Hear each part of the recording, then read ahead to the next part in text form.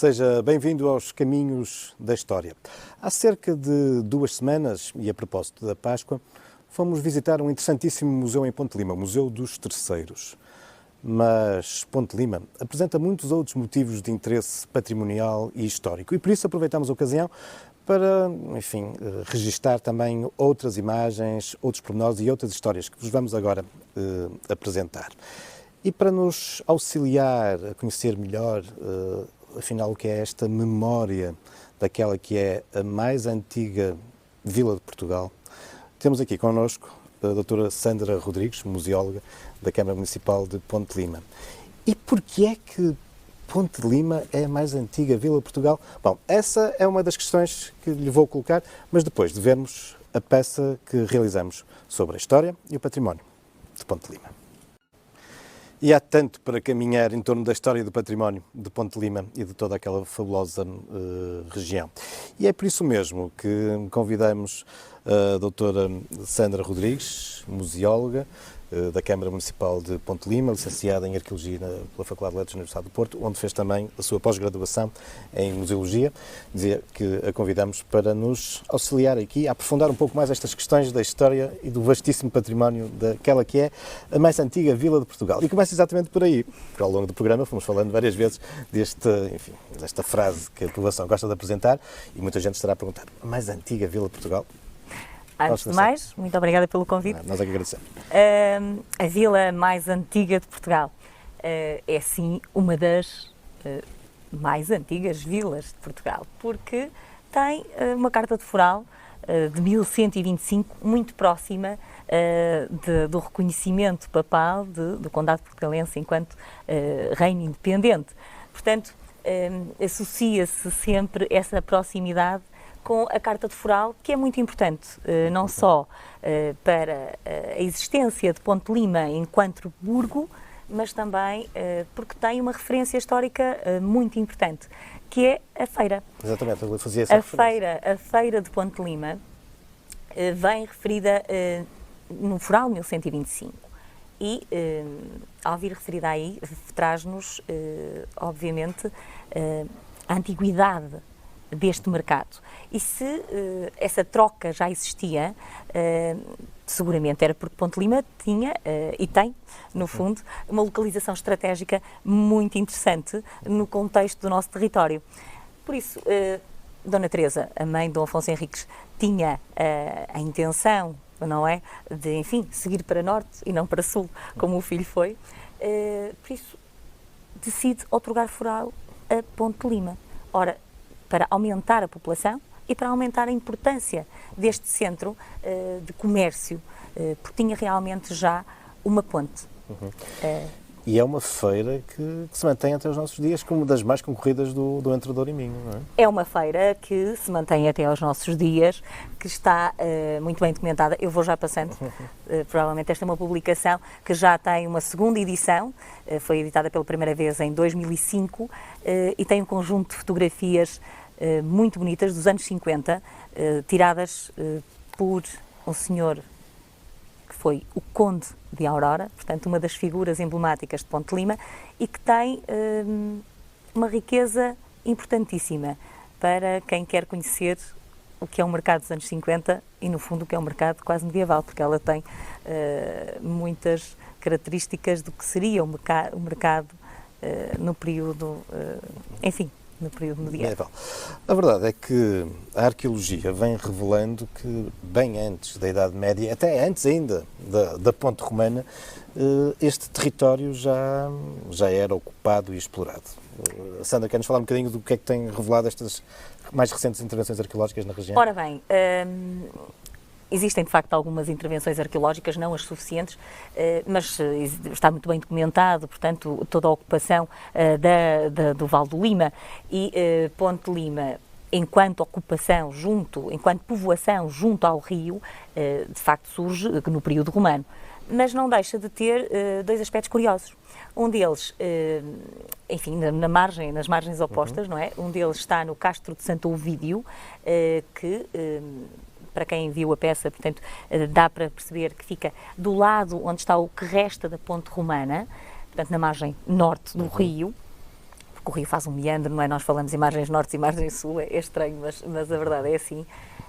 E do lado sul, portanto, onde está a vila de Ponte Lima, tinha um outro castro, que era o castro que se localiza no Monte Santa Maria Madalena, o antigo Monte das Santas. Aqui apareceu um tesouro monetário, portanto, tudo isto está muito bem documentado. Ou seja, e é desde, curioso chegar... chegar... do ferro que temos. Exatamente, desde a Idade do Ferro que temos a fixação de pessoas, grandes cidades, porque eram grandes castros, e que curiosamente estavam muito próximo de onde estão as povoações. Portanto, as pessoas vão se fixando, não é? Atualmente são 2 excelentes miradores, portanto... E de onde se pode contemplar a ponte de Ponte Lima, que afinal é um importante elemento de memória e não de esquecimento, como supostamente a lenda nos queria fazer crer relativamente ao rio. Uma ponte repleta de facto dessas memórias históricas e que foi também crucial, por exemplo, para os caminhos de Santiago, não é? Eu aflorei isso muito rapidamente. Mas... Sim, ora, como é óbvio, nós passamos onde podemos passar e os rios sempre foram barreiras geográficas. Portanto, quando temos uma ponte, usamos de excelência esse caminho, não é? É como termos autoestradas hoje em dia, por isso a peregrinação a caminho de Santiago de Compostela era, obviamente, mais fácil transpor o rio Lima, a barreira geográfica, por Ponte Lima. E, de facto, a ponte, enfim, tem sido palco de muitos peregrinos que ainda hoje continuam a usar o caminho cada vez mais. Portanto, nós temos um albergue de peregrinos em Ponte Lima, mesmo que é muito concorrido, exatamente, mesmo à saída da ponte, que é muito concorrido e ainda hoje, portanto, estavam a passar lá peregrinos. Portanto, é permanente termos peregrinação a Santiago de Compostela. Aliás, há um episódio muito giro do rei Dom Manuel I, que terá pernoitado em Ponte Lima, na Casa do Patim, que fica naquele Largo de Camões, que obviamente não fica naquela configuração, porque o Largo de Camões sofreu imenso, não é? Está lá a marca no chão da muralha medieval e da parte de dentro da muralha medieval existia uma casa que ficou conhecida como a Casa do Patim e rezam os documentos que Dom Manuel I terá ficado aí a pernoitar quando ia a caminho de Santiago de Compostela, até porque o rei Dom Manuel I não foi propriamente a pé, não é? Claro. E por falar em Largo de Camões, não sei se teremos tempo lá a voltar, há aquele elemento que não passamos na peça, também incontornável, que é aquele chafariz. Sim, é um chafariz que era inevitável numa vila que tinha muita afluência, particularmente em dias de feira, e que precisava de água potável. Portanto, nós hoje esquecemos um pouco da necessidade de água potável, porque é fácil abrir a torneira, não é? O chafariz foi construído não ali no Largo Camões, ele foi transferido para ali só no início do século XX, precisamente quando se deu a reabilitação urbana e, portanto, isso transformou o Largo Camões num largo, porque não era um largo, era a estroqueira, era um espaço desmontado. Nas traseiras das casas exatamente. E a muralha. E o areal, porque o areal estendia-se até aquele alinhamento, aquela marca que nós vemos marcada hoje no chão do largo. O chafariz estava numa das entradas principais da vila de Ponte Lima, precisamente quem vinha de Barcelos, portanto, e entrava pela Rua do Souto. Portanto, estava ali, era o largo, também junto à antiga suposta sinagoga, que foi transformada mais tarde em Capela de São Sebastião. E estamos já a falar da malha urbana de Ponte Lima, a malha medieval.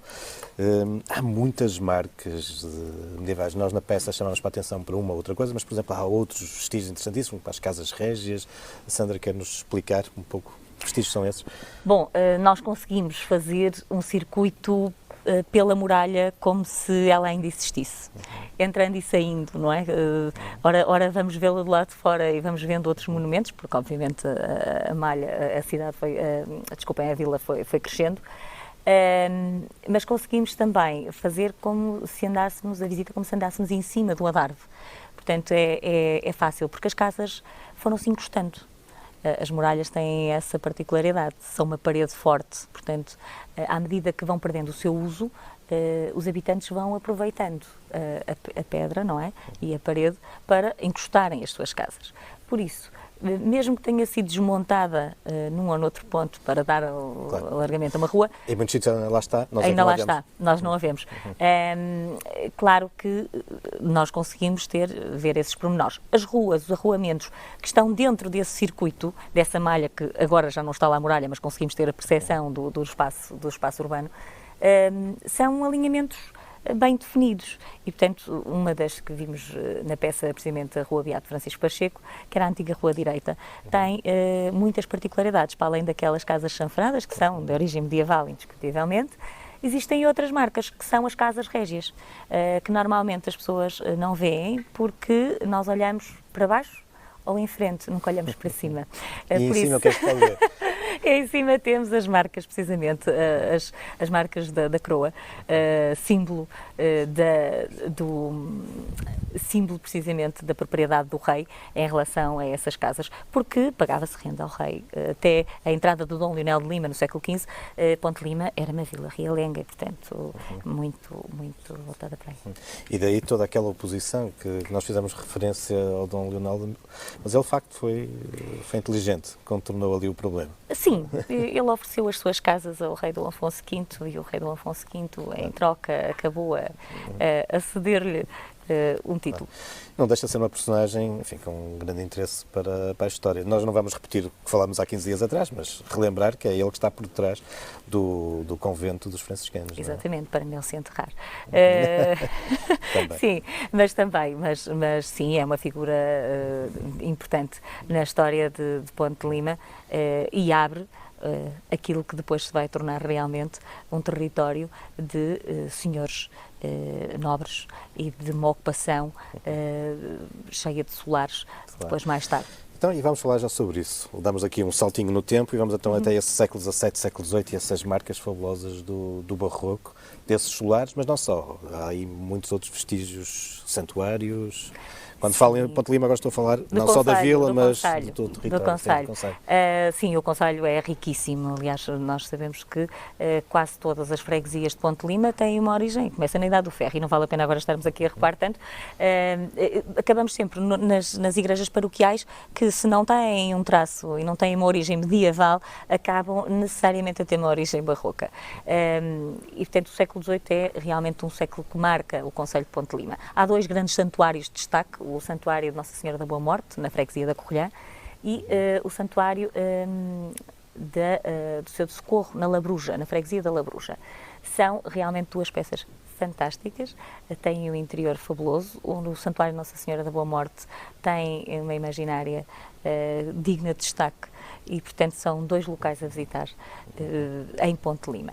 Isto em termos de santuários. Depois, em termos de solares, são imensos, não é? Uma das freguesias com o maior número de casas solarengas, justamente a freguesia de Arcozelo, muito próxima de Ponte Lima, precisamente porque estava próxima. Portanto, as casas vão se aproximando do burgo, não é? Mas porque precisavam de terras e porque as terras foram sendo cedidas precisamente à nobreza, portanto, ficam na área limítrofe à própria vila medieval. E é, de facto, um conjunto notável de solares. Eu, entretanto, ia pedir à doutora Sandra que nos apresentasse aqui alguns livros que nos trouxe. Já nos falou aquele da feira de Ponte, do Conde da Aurora, mas temos aqui... Este é o catálogo do 9º Festival Internacional de Jardins. É um festival que este ano, 2013, teve um prémio especial, um prémio internacional, The Garden Tourism Award. Este ano vai fazer 10 anos, abre a 31 de maio e encerra no fim de outubro.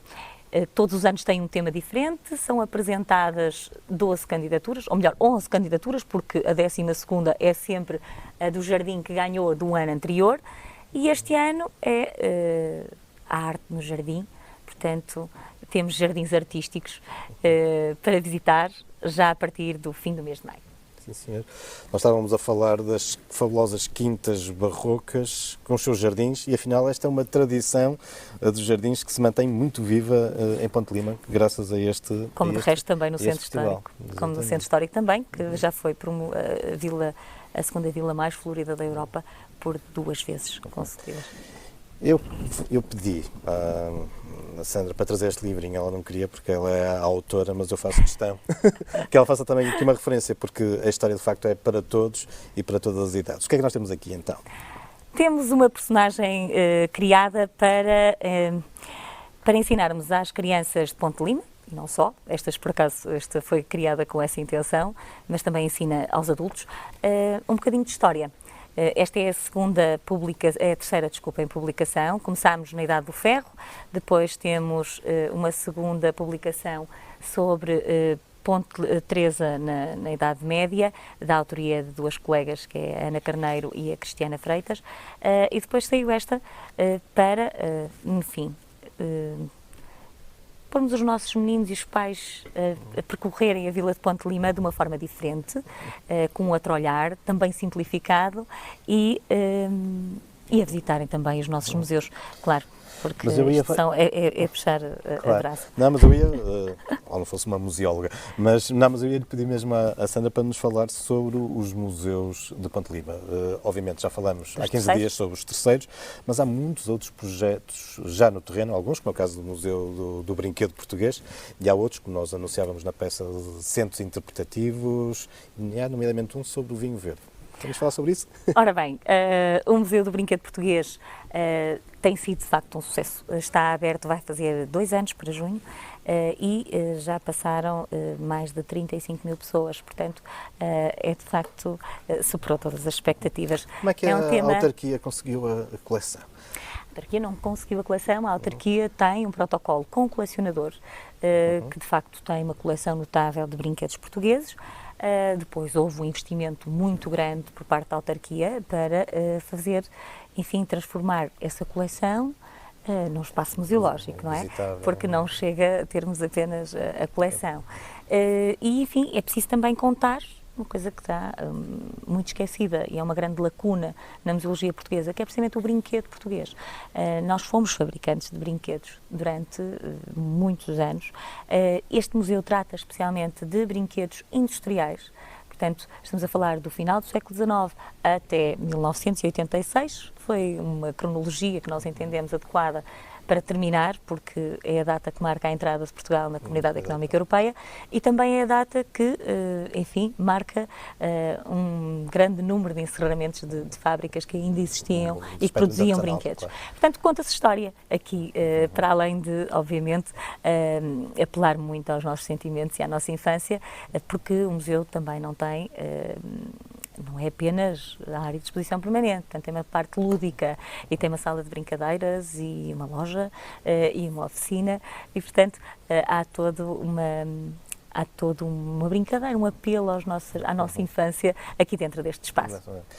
E os outros centros interpretativos? Os centros interpretativos, ora bem, como vimos, o Paço Marquês está a ser transformado no Centro de Interpretação de História Militar de Ponte Lima e vai abrir em breve. Quanto ao Centro de Interpretação e Promoção do Vinho Verde, é um projeto que está em fase de construção, portanto estamos a pensar que em 2015 estará aberto ao público e tem algumas curiosidades, portanto primeiro localiza-se mesmo no centro de Ponte Lima, num edifício classificado, que é a Casa Torreada dos Barbosa Aranha, e é muito vocacionado para mostrar o vinho como um produto de excelência. Aliás, está numa casa-torre, também é uma casa de excelência, e o vinho, enfim, o centro de interpretação é mesmo para mostrar a qualidade que o produto tem e que muitas vezes muitas pessoas não conhecem. E Ponte Lima está ali no coração. No coração, exatamente. Portanto, isto é um projeto em parceria também com a Comissão de Vitivinicultura e, portanto, o que nós queremos fazer é mostrar realmente como se fez, como se faz e a importância e a qualidade do vinho verde no desenvolvimento económico. Enfim, como podem ver, temos muitos motivos, muitos pretextos para visitar Ponte Lima, conhecer a sua memória, a sua história e o seu património. Não só aquilo que tivemos a oportunidade de apresentar na peça, mas também através à boleia dos seus museus e centros interpretativos, aqueles que já existem e os que se adivinham, os que se avizinham de visitar Ponte Lima. Queria mesmo só antes de terminar perguntar à doutora Sandra relativamente às feiras novas, Vaca das Cordas, como é que é este ano? Um minuto. Um minuto. As feiras novas já estão em andamento, como não poderiam deixar de estar. Realizam-se no segundo fim de semana de setembro. Obviamente têm um programa sempre recheado de muitas tradições, de cortejos. Este ano a abertura penso que terá uma grande surpresa, mas eu não sou a pessoa ideal para estar a falar sobre o assunto. Aliás, a senhora Presidente da Comissão de Festas com certeza que o fará e falará melhor do que eu. Quanto à Vaca das Cordas, infelizmente já não se pode fazer à quarta-feira, até porque o Corpo de Deus desapareceu e a Vaca das Cordas, que era na véspera do Corpo de Deus, teve que também se adaptar à nova realidade. Portanto, será sexta-feira e não à quarta-feira, mas de certeza que a tradição se mantém. Certíssimo. Muito obrigada. Obrigada eu. E resta-me também agradecer desse lado a sua atenção, desafiá-lo para ir visitar Ponte de Lima e marcar encontro para daqui a uma semana. Até lá. Boa história.